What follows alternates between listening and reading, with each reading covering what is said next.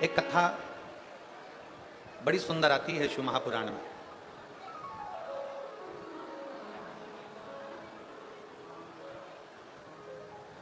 श्री हनुमान शिव महापुराण की कथा को आप और हम श्रवण कर रहे हैं।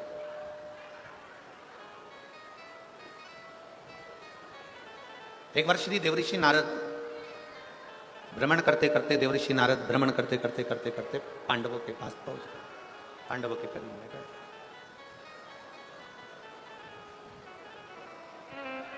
और देवऋषि नारद जब पांडवों के करीब में गए, पांडवों के नजदीक में जब पहुंचे, पांडवों के करीब में जब पहुंचे, युधिष्ठिर सिंहासन पर बैठे हुए थे। जैसे ही युधिष्ठिर ने देवऋषि नारद जी को देखा, जैसे युधिष्ठिर ने देवऋषि नारद को देखा, युधिष्ठिर अपने सिंहासन से खड़े हो गए।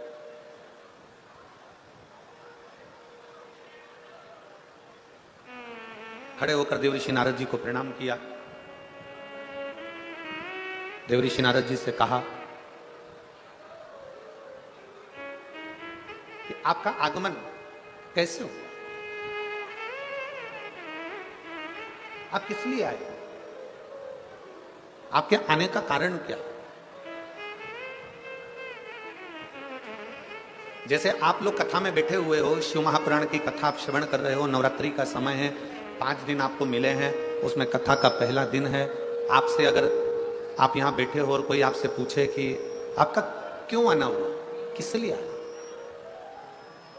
कैसे आगमन हुआ, कैसे आना हुआ, क्यों आए हो, तो आप बड़े प्रसन्न होकर भगवान देवादिदेव महादेव का नाम लेकर कहोगे कि भाई हमारे हापुड़ क्षेत्र में, हमारे नजदीक में शिव महापुराण की कथा हो रही है और हमने सुना है कि जो शंकर की शरण जाता है, जो शिव की शरण जाता है, जो भगवान शंकर की कथा का रसतत्व ग्रहण करता है, जो भगवान शिव की अविरल भक्ति को प्राप्त करता है, तो मेरा देव अधिदेव महादेव उसकी झोली खुशियों से भरता जरूर।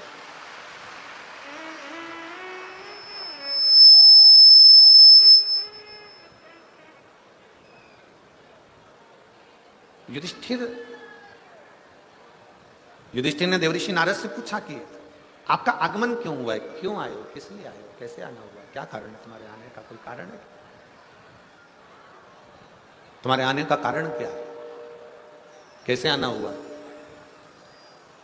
देवऋषि नारद जी ने राजा युधिष्ठिर से कहा, सुनो युधिष्ठिर, मैं अभी भगवान नारायण से मिलने के लिए बैकुंठ गया था। युधिष्ठिर, मैं अभी भगवान विष्णु से मिलने के लिए बैकुंठ गया था और बैकुंठ में मैं मिलकर आया हूं भगवान नारायण से। उसी बैकुंठ में तुम्हारे पिताजी मिले, उसी बैकुंठ में तुम्हारे पिताजी का मिलना हुआ। और युधिष्ठिर, तुम्हारे पिताजी से जब मिलना हुआ तो तुम्हारे पिताजी से जब बात मैंने करी तो आपके पिता बड़े दुखी थे।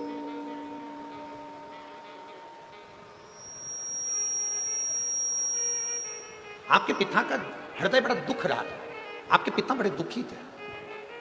बड़े सावधानी से कथा सुनना, जितने भी शिव भक्त यहां बैठे हुए हैं, भगवान शंकर की कथा सुन रहे हो, बहुत सावधानी से सुनो। आसपास वाले कितना भी बोलते रहे, कोई कुछ कहता रहे, अपनी शांति से 5 दिन मिले हैं। हापुड़ को पूरे 7 दिन भी नहीं मिले और 5 दिन में गागर में सागर भरना है। आप लोगों को इतना बटोर कर ले जाना है कि शिव आप पर कृपा बनाते हैं। बहुत सावधानी से कथा सुनो। देवऋषि नारद ने कहा, हस्तिनापुर नरेश, युधिष्ठिर, आपके पिताजी बड़े दुखी हैं, आपके पिता को सुख नहीं है, बड़े दुखी हैं, बड़ा कष्ट है, बड़ा कष्ट।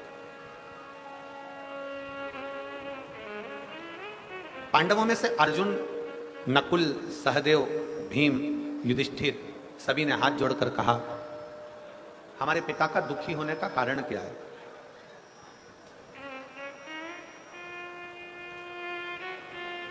हमारे पिता का दुखी होने का कारण क्या है, क्यों दुखी, किस लिए।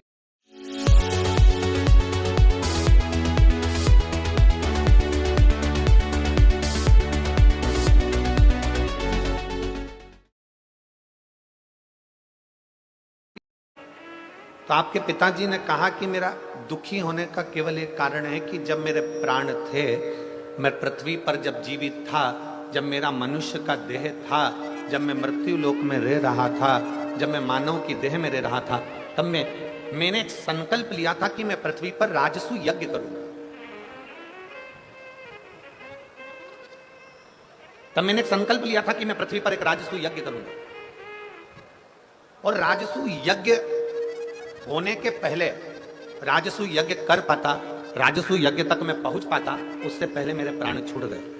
राजसू यज्ञ के पहले मेरे प्राण चले गए।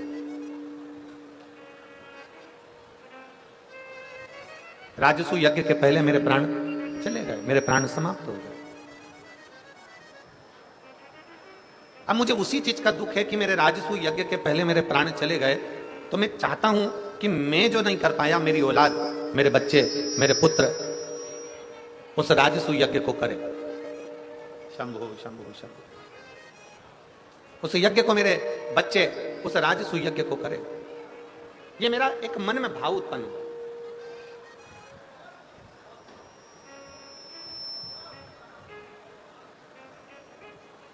अब देखिए जरा,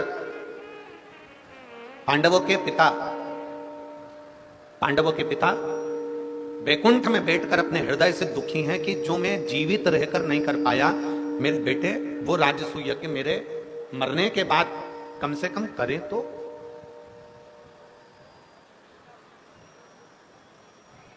जिस राजसू यज्ञ को मैं नहीं कर पाया हूं, जिस राजसू यज्ञ को मैं कर नहीं पाया, जिस राजसू यज्ञ को मैं ना कर पाया और मेरे प्राण छूट गए, जिस राजसू यज्ञ को मैं करने वाला था और मेरे मन में आशा थी और मैं उसको कर नहीं पाया और मेरे प्राण चले गए, जिस राजसू यज्ञ को करने पहले मेरे प्राण चले गए, मेरे प्राण चले गए।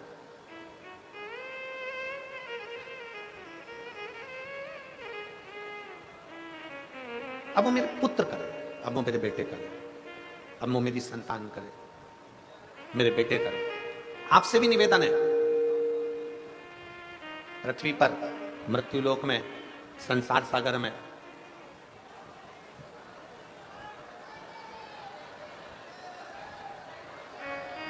अगर आवाज नहीं जा रही है भाई, क्या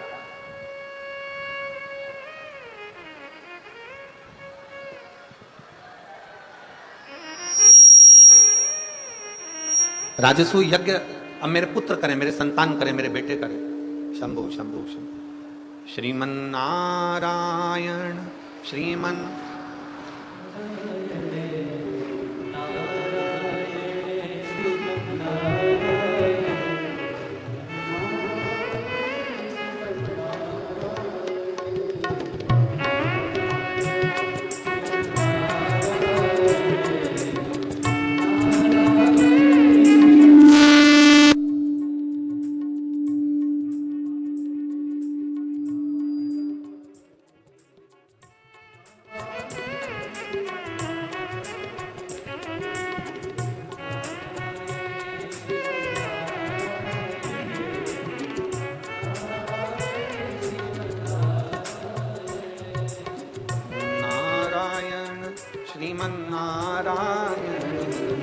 नारायण श्रीमन नारायण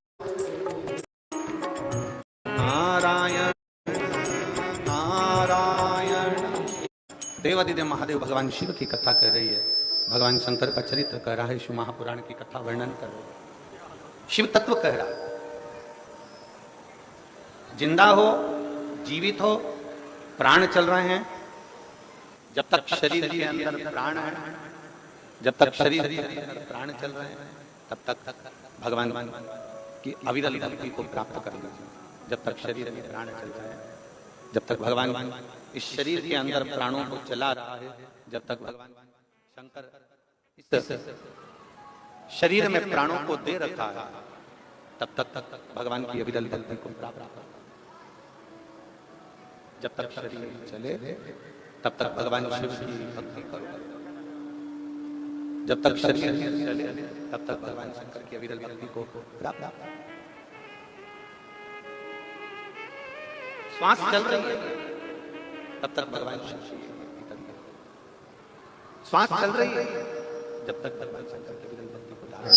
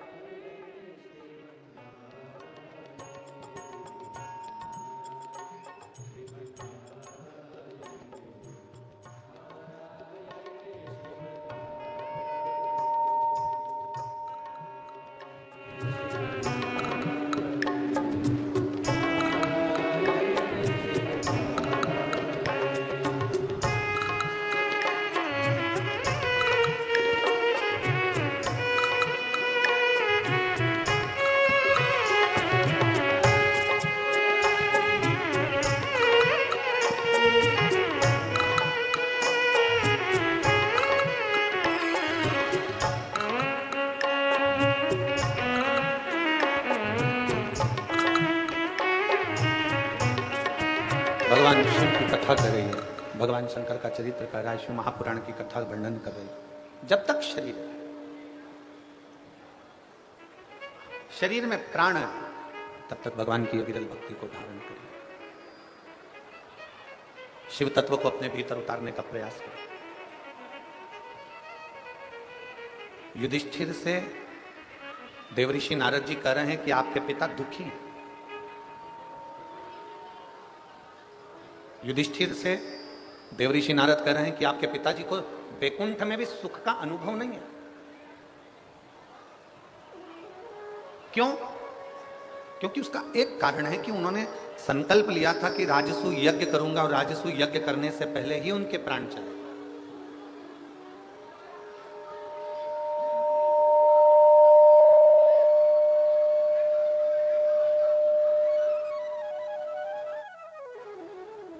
उन्होंने संकल्प लिया था कि राजसू यज्ञ करूंगा, राजसू यज्ञ करने से पहले ही उनके प्राण चले। अब उनको यह बात खलती है, उनको यह बात अंदर से खल रही होती।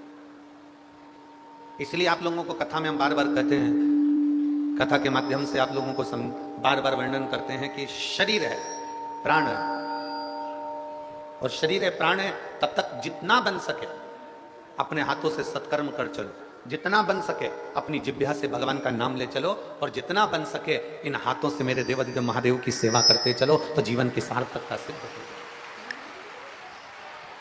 बोल बम का नारा है, जितना बने आपसे जितना, जरूरी नहीं। अभी हमने महाराष्ट्र की कथा में वर्णन किया था, नांदगांव की कथा में वर्णन किया था कि यह जरूरी नहीं है कि आप 24 घंटा भगवान के मंदिर में बैठे रहो।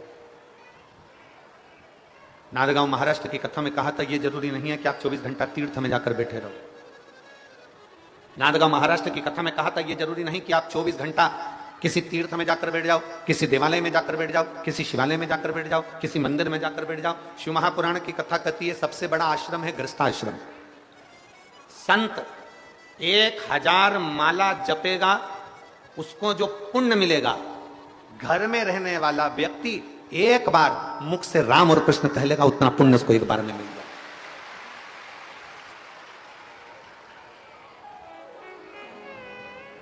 जितना पुण्य एक साधु, एक सन्यासी, एक तपस्वी, एक साधक, एक उपासक, जितना पुण्य अपना घर छोड़कर तीर्थ में जाकर, वन में जाकर, पहाड़ पर जाकर, पर्वत पर बैठकर जितना पुण्य एकत्रित करते हैं, शिव महापुराण की कथा कहती है, भगवान शंकर का चरित्र कहता है, उतना पुण्य घर में रहने वाला एक बुजुर्ग व्यक्ति, घर में रहने वाला एक बूढ़ा व्यक्ति, घर में रहने वाला एक बच्चा, घर में रहने वाली एक बहू, घर में रहने वाला एक बेटा, घर में रहने वाली एक बेटी, घर में रहने वाला एक जमाई, घर में रहने वाला कोई काका काकी, कोई ताऊ ताई, घर में रहने वाला व्यक्ति एक बार अगर हृदय से भगवान शंकर को याद कर लेता है तो उतना ही पुण्य प्राप्त कर लेता है जितना पर्वत पर बैठकर कोई ऋषि प्राप्त कर रहा होता है।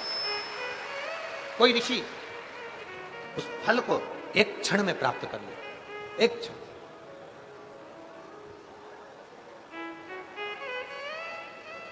शिव कथा कह रही है, राजा युधिष्ठिर से कहा तुम्हारे पिता ऊपर दुखी हैं, बैकुंठ में दुखी हैं, तुम्हारे पिता से मैं मिलकर आया हूं, उनके आंखों में जल था, दुखी हैं।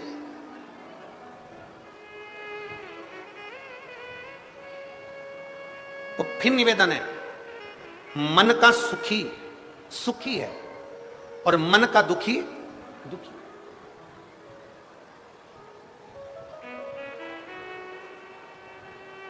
एक पति ने पत्नी को नोएडा घुमाने के लिए लेकर गया, पति पत्नी को। अब वो नोएडा घुमाने के लिए लेकर गया तो पत्नी नोएडा पहुंची, तो नोएडा में जाकर पत्नी ने देखा कि कितनी सुंदर सराफे की दुकान है, सोने चांदी की दुकान है, इतनी सुंदर दुकान है। तो पति ने कहा क्या चाहती है? पत्नी कहती है मुझे एक सोने का हार दिला दीजिए, एक सोने का हार। ठीक है चल, सुनार की दुकान पर ले गए। सुनार की दुकान पर ले जाकर पति ने पत्नी को एक सोने का हार दिला दिया, और पति ने पत्नी से कहा सुन ये हार बड़ा सुंदर है, तू अभी की अभी पहन ले। पत्नी बोली नहीं नहीं नहीं, अभी नहीं पहनूंगी, अभी मैं जरा करवा चौथ का व्रत आ रहा है ना, उस दिन पहनूंगी। अब पति ने कहा करवा चौथ तो दूर की बात है, तू तो अभी पहन ले। पत्नी बोली नहीं नहीं नहीं, करवा चौथ का व्रत आ गया। पत्नी ने पति का चलनी में मुंह देखा, पति का मुंह देखा तो पति ने इसके गले में हार देखा, पर गले के अंदर हार नहीं था। पति ने फिर पत्नी से कहा आज करवा चतुर्थी है, करवा चौथ है और तूने वह हार नहीं पहना। पत्नी बोली मैंने हार इसलिए नहीं पहना क्योंकि अभी देवर के लड़के की शादी है ना, बस 1 महीने बाद देवर के लड़के की शादी है, तब मैं नया हार पहनूंगी ना तो पूरे घर के लोग देखेंगे, इसलिए मैंने नहीं पहना। अब देवर के लड़के की शादी थी 1 महीने बाद और पत्नी को आ गया अटैक, निपट गए,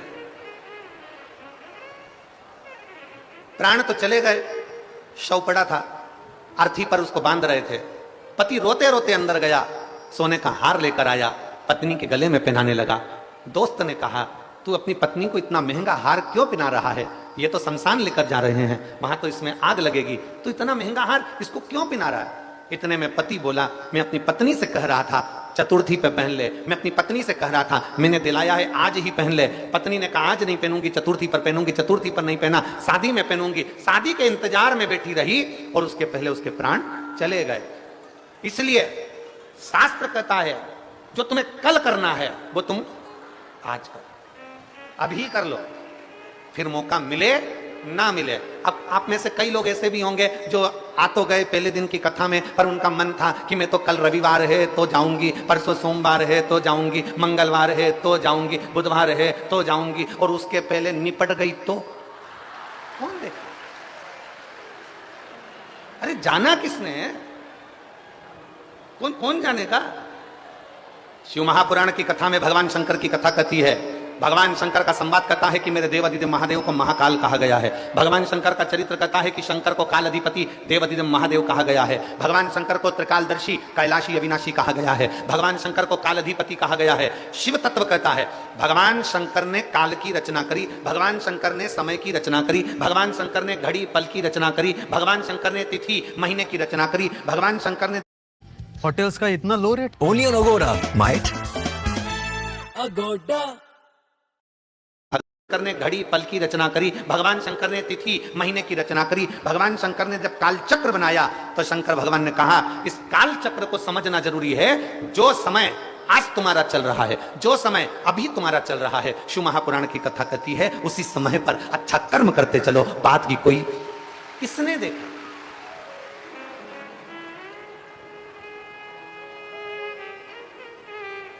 आपके इधर का ही वो भजन है, यहीं हापुड़ के आसपास का वो भजन है, भजन करो भरी जवानी में बुढ़ापा किसने देखा।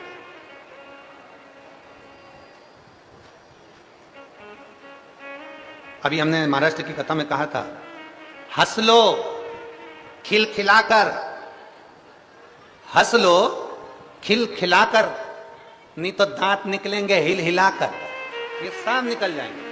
अभी तो मौका है, अभी कुछ घटा वटा नहीं है।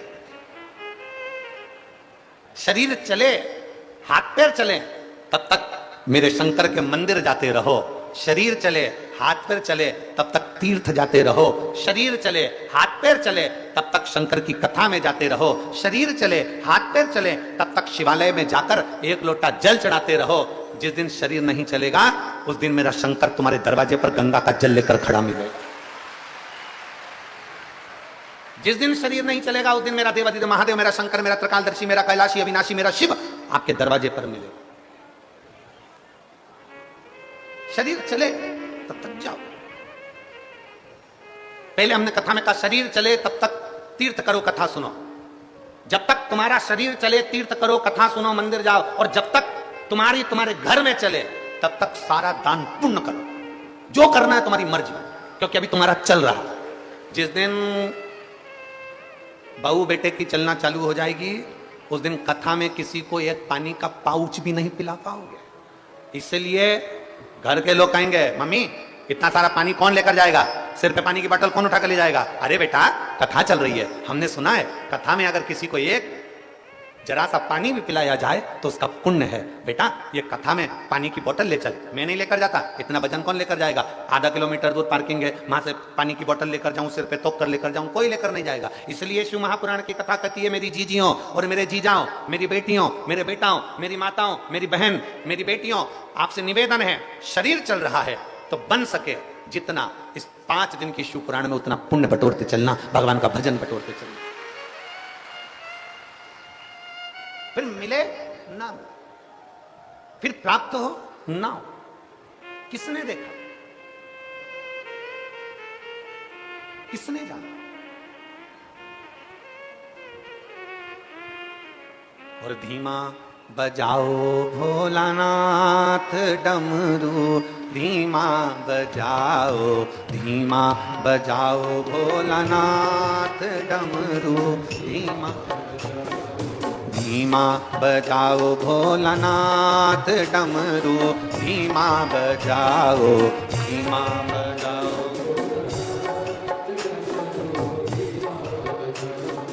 डमरू की धुन सुन के राम जी आए, डमरू की ओ राम जी आए संग सीता को लाए, राम जी ओ धीमा बजाओ भोलानाथ डमरू, धीमा बजाओ, धीमा बजाओ। बड़े भाव से दोनों हाथों से